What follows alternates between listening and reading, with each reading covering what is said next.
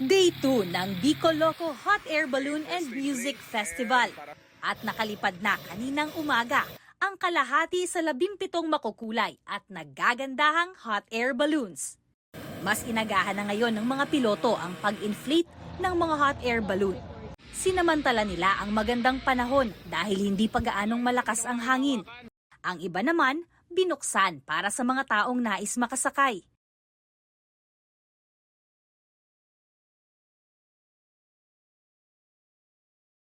Ang Italian pilot na si Ettore Cadet, halos veterano na raw sa mga ganitong aktibidad sa iba't ibang bansa.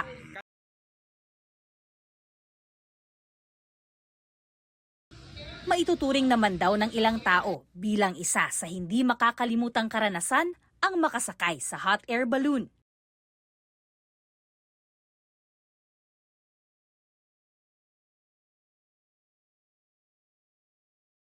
Sana meron pa sa mga susunod na taon para madami din maka-experience.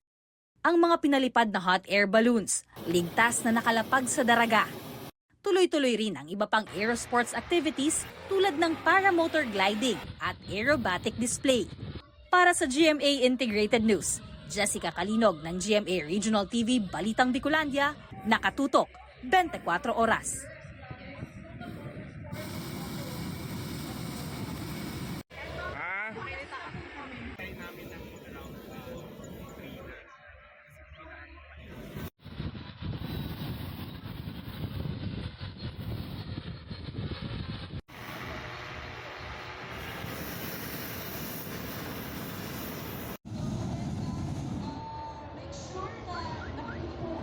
Mga kapuso, patuloy na tumutok sa mga balita. Mag-subscribe sa GMA Integrated News sa YouTube.